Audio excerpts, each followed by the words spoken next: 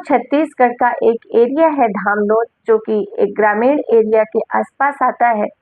वहाँ पे कुछ किसान लोग अपने खेतों पर काम करने के लिए निकलते हैं और कुछ किसान लोग, जो लेडीज है और कुछ जेंट्स लोग, वहाँ पर एक नदी रहती है, वहाँ पे नहाने के लिए जाते हैं। अमूमन गांव में आज भी ऐसा होता है कि जो नदी और तालाब होते हैं, लोग वहाँ चले जाते हैं नहाने के लिए।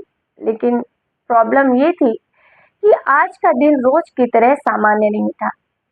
जब लोग नदी में पहुंचते हैं नहाने के लिए, वहां पहुंचते ही सबकी चीख निकल जाती है, क्योंकि वहां पर एक लड़की की लाश नदी में तैरती हुई दिखती है। लोग अचंभित हो जाते हैं, डर जाते हैं और इसकी तुरंत ही सूचना वहां के नजदीकी पुलिस स्टेशन में दी जाती है। मौके पर पुलिस पहुंचती है और उस बॉडी को निकाला जाता है। उस बॉडी को एक पत्थर से बांधकर नदी में डाला गया था। जब उस बॉडी को बाहर निकाला जाता है, गांव में बहुत सारे लोग वहां पर इकट्ठे हो गए थे। सभी से पूछा जाता है कि आखिर ये लड़की है कौन, लेकिन गांव का कोई भी इंसान उसे पहचान नहीं पाया। अब इससे ये तो साफ था कि ये लड़की इस गांव की नहीं है। जरूर ये लड़की किसी दूसरे शहर या दूसरी जगह से है और इसकी बॉडी को नदी में फेंका गया है और ये बॉडी बहते हुए यहाँ तक आ गई है। खैर, पोस्टमार्टम के लिए लाश को भेज दिया जाता है। साथ ही एक सिंबल निकल कर आता है, जो लड़की के हैंड में ए यादव करके एक टैटू बना हुआ था और साथ ही दूसरे हाथ में एक पंखुड़ी का टैटू बना हुआ था। अब पुलिस सोशल मीडिया के सारे हैंडल्स पर फोटो डालती है कि पता चले कि आखिर ये लड़की है कौन। तभी कुछ खोजबीन के बाद पुलिस को कहीं से पता चलता है, कुछ लोग बताते हैं कि इस लड़की का नाम आंचल यादव है, जो कि रायपुर की एक मॉडल है। अब पुलिस को इतना पता चल गया था, इसके बाद ही पुलिस उसके परिवार वालों को संपर्क करती है। उसकी माँ परिवार में रहती है, पिता नहीं रहते हैं और एक भाई रहता है जो कि ड्राइवरी का काम करता था, कैब चलाता था। माँ को बताया जाता है। माँ और भाई का रो रो कर बुरा हाल रहता है। जो आंचल यादव थी, वो देखने में बेहद ही खूबसूरत थी, लग्जरी लाइफ की शौकीन थी। लेकिन सबसे बड़ी अचंभा की बात ये थी कि जहाँ की वो छत्तीसगढ़ के लोग, रायपुर के लोग जहाँ वो रहती थी, सब यही सोचते थे कि ये एक मॉडल है, या समझ लीजिए उनकी भाषा में ये एक हीरोइन है। गाने वगैरह करती होगी या फिल्में करती होगी या सीरियल करती होगी। लेकिन जो उसका लाइफ स्टाइल था, जो उसकी पर्सनालिटी थी, जो उसका रहन सहन था, उससे सबको यही पता था। लेकिन हैरानी की बात तो ये थी कि उस लड़की ने आज तक किसी भी फिल्म इंडस्ट्री में कोई भी काम नहीं किया था। यहाँ तक कि साइड रोल तक नहीं किया था उसने, ना ही उसका कोई एल्बम सॉन्ग शूट हुआ था। बस ये लोगों की गलतफहमी थी, सिर्फ उसकी पर्सनालिटी और उसका रहन सहन देखकर। अब सबसे बड़ी बात ये थी कि अगर वो लड़की मॉडल नहीं थी, ना ही वो कहीं जॉब करती थी, तो आखिर उसकी इनकम का स्रोत क्या था? वो करती क्या थी? उसको इतनी लग्जरी लाइफ जीने के लिए पैसे कहाँ से मिलते थे? ये सबसे बड़ा विषय था। पुलिस खोजबीन में लग जाती है। आंचल यादव के कुछ नजदीकी दोस्तों से भी पूछताछ की जाती है, साथ ही माँ से पूछताछ की जाती है, भाई से। माँ कहती है कि 25 मार्च की रात वो यहाँ हमारे पास आई थी, क्योंकि आंचल रायपुर में अपने वो बंगले में अकेले ही रहती थी और उसके मम्मी और भाई दूसरी जगह रहते थे।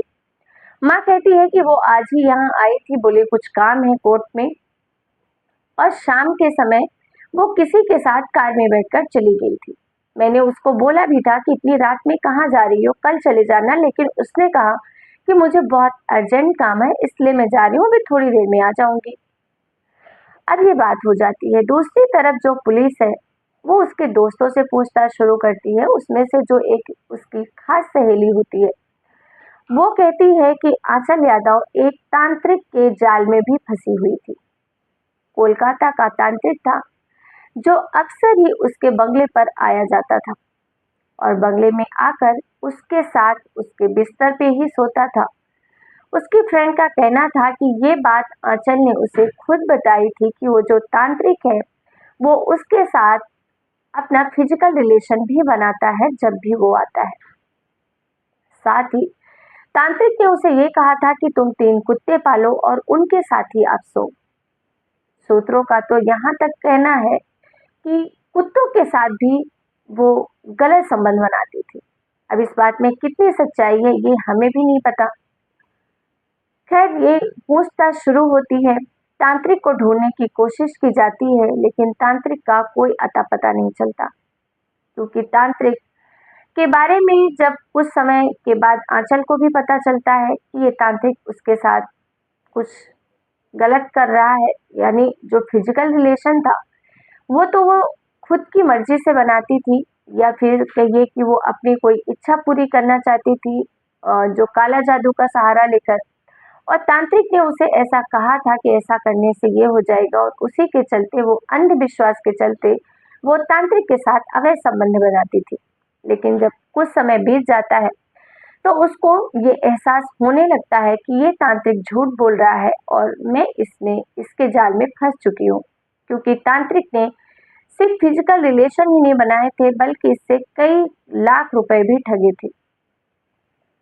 खैर सहेली का कहना था कि कुछ समय के बाद उसने तांत्रिक से खुद को अलग कर लिया था, उससे कांटेक्ट समाप्त कर लिया था। हालांकि उसके खिलाफ कहीं कोई कंप्लेन नहीं की थी।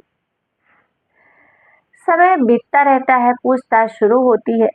कई एंगल थे, क्योंकि वो जिस तरीके की लाइफ जीती थी कई सारे लोग उसके अगेंस्ट भी थे।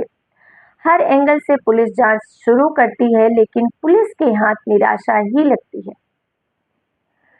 कहा जाता है कि उसका जो पुश्तैनी घर था उसको भी बेचने की बात हुई थी, जो कि 50 लाख में सौदा तय हुआ था। लेकिन ऐन वक्त पर आंचल यादव उस डील को कैंसिल कर देती है और इसकी वजह से जो खरीदार पार्टी थी वो आंचल के खिलाफ केस भी करती है। पुलिस को एक एंगल भी संदिग्ध लगता है, लेकिन उसमें भी पुलिस के हाथ खाली ही निकलते हैं।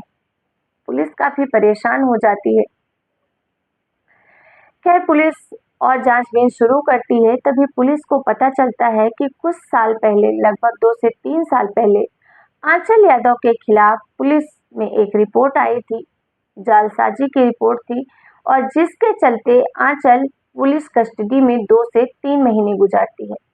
जब खोजबीन की जाती है तो पता चलता है कि आंचल जो एक मेजर रहते हैं उनके साथ अवैध संबंध बनाती है और उसका वीडियो बना लेती है और उस वीडियो को दिखाकर उनको ब्लैकमेल करती है और बदले में 3 करोड़ की फिरौती भी मांगती है।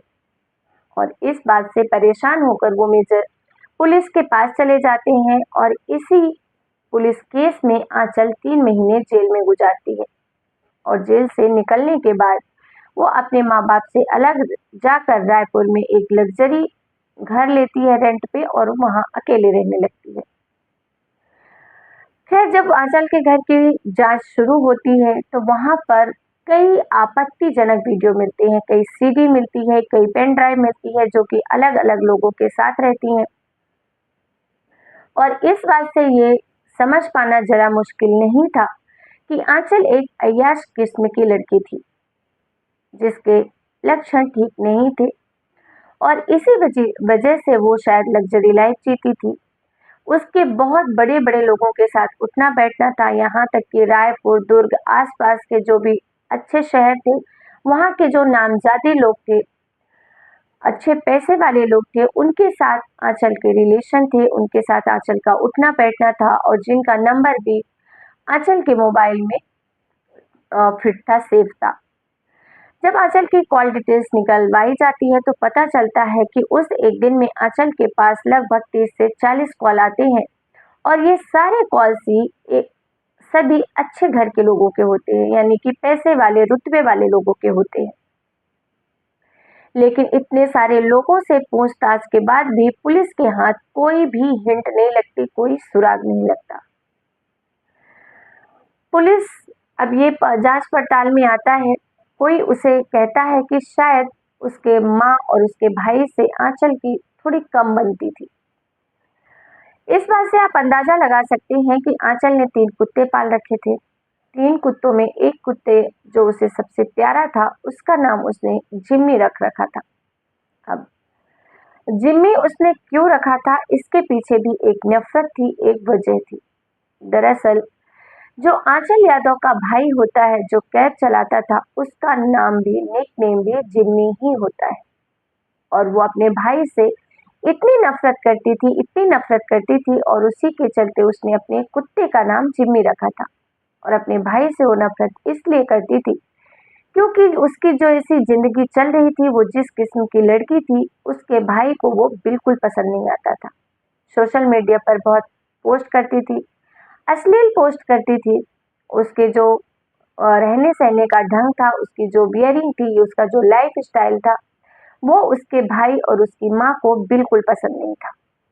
भाई मना करता, तो क्योंकि भाई बहुत अच्छा कमाता नहीं था, ज़्यादा पढ़ा-लिखा नहीं था, तो उस वो हमेशा यही कहती कि तू मुझे मत सिखा, तू तो खुद मेरे टुकड़ों पे पल रहा है। और इसी बीच में भाई और बहन के बीच में हमेशा ही तकरार बनी रहती थी। माँ भी अगेंस्ट थी बेटी के, क्योंकि उसकी हरकतें माँ को भी नहीं पसंद थी, लेकिन चाह कर भी माँ कुछ नहीं कर पा रही थी। घटना वाले दिन की बात है। दरअसल वो जो कुत्ते का नाम रखा गया था जिमी, उसी के चलते भाई और बहन के बीच में कुछ बहस शुरू हो जाती है। और जब बहस शुरू होते होते काफी आगे बढ़ जाती है, काफी हॉट टॉक हो जाती है, तो जो आंचल होती है वो अपने भाई को एक थप्पड़ मार देती है। और जब थप्पड़ मार देती है, जो भाई होता है जिमी, उसको बहुत ज्यादा गुस्सा आ जाता है। और वो वहीं चाकू पड़ा था घर में जो काम के लिए यूज किया जाता है, वो चाकू उठाता है और उस चाकू से अपनी बहन पे ताबड़तोड़ वार करना शुरू कर देता है। हालांकि उस समय पे आंचल यादव की माँ बाथरूम में थी, वो उस घटना स्थल पर मौजूद नहीं थी। जब वो वॉशरूम से वापस आती है तो देखती है कि आंचल यादव वहीं फर्श पर लहूलुहान होकर पड़ी हुई है। और भाई बताता है कि मैंने आज इसे मारकर इसका सारा कारनामा खत्म कर दिया। मैं परेशान हो गया था इससे, इसने हमें कहीं का भी नहीं छोड़ा, हमारे परिवार को इतना बदनाम किया कि हम कहीं मुंह दिखाने लायक नहीं बचे। ये बात हालांकि उसकी माँ को भी पता थी, और माँ भी ये डिसाइड करती है कि जो हो गया सो हो गया, लेकिन अब वो अपने बेटे को बचाने का पूरा प्रयास करेगी। और वो इस बेटे के साथ, अपने बेटे के साथ इस घटना में शामिल होती है, और फिर उस बॉडी को ठिकाने लगाने का बंदोबस्त किया जाता है। अब उस बॉडी को एक बोलते हैं कि अगर यहाँ रहा तो पता चल ही जाएगा, इसलिए वो जो नदी होती है वहां पर ले जाने का फैसला करते हैं। और वहां ले जाकर पहले तो रस्सी से एक पत्थर और उस बॉडी को बांधते हैं, और उसके बाद नदी में फेंक देते हैं, क्योंकि उनको यही लग रहा था कि पत्थर में बदने की वजह से ये बॉडी कभी ऊपर आएगी ही नहीं, जल के अंदर ही सड़कर खत्म हो जाएगी। लेकिन शायद कहते हैं ना कि कातिल चाहे कितना भी शातिर क्यों ना हो, वो कोई ना कोई सबूत उसका पुलिस के हाथ लग ही जाता है, क्योंकि कानून के हाथ सच में बहुत लंबे होते हैं। अगर कानून, पुलिस सही तरीके से इन्वेस्टिगेट करे तो कोई एक ऐसा केस नहीं होगा जिस पर पुलिस कातिल तक न पहुंच पाए। और इस केस में भी यही होता है। पुलिस गिरफ्तार करती है भाई और माँ को, और भाई और माँ पुलिस के सामने सारी सच्चाई बयान कर देते हैं। खैर, अभी वो सलाखों के पीछे हैं, आगे उनको क्या सजा होगी, क्या नहीं होगी, ये तो आने वाला वक्त ही बताएगा। लेकिन दोस्तों, फिर से वही एक बात कि अवैध संबंध, गलत आदतें, गलत रिश्ते हमेशा ही नुकसानदायक होते हैं। वो अपना तो नुकसान करते ही हैं, साथ ही साथ पूरे परिवार का भी नुकसान करते हैं। दोस्तों, इस घटनाक्रम को सुनाने का उद्देश्य किसी की भी भावनाओं को आहत करना नहीं है, बल्कि आपको सचेत करना है, जागरूक करना है। सुरक्षित रहिए, सावधान रहिए, जितना ज्यादा हो सके अपना और अपनों का ख्याल रखिए। फिर मिलेंगे एक नई सच्ची क्राइम घटना के साथ। तब तक के लिए आप सभी का बहुत बहुत धन्यवाद। फिर मिलेंगे। जय श्री राम। जय हिंद, जय भारत।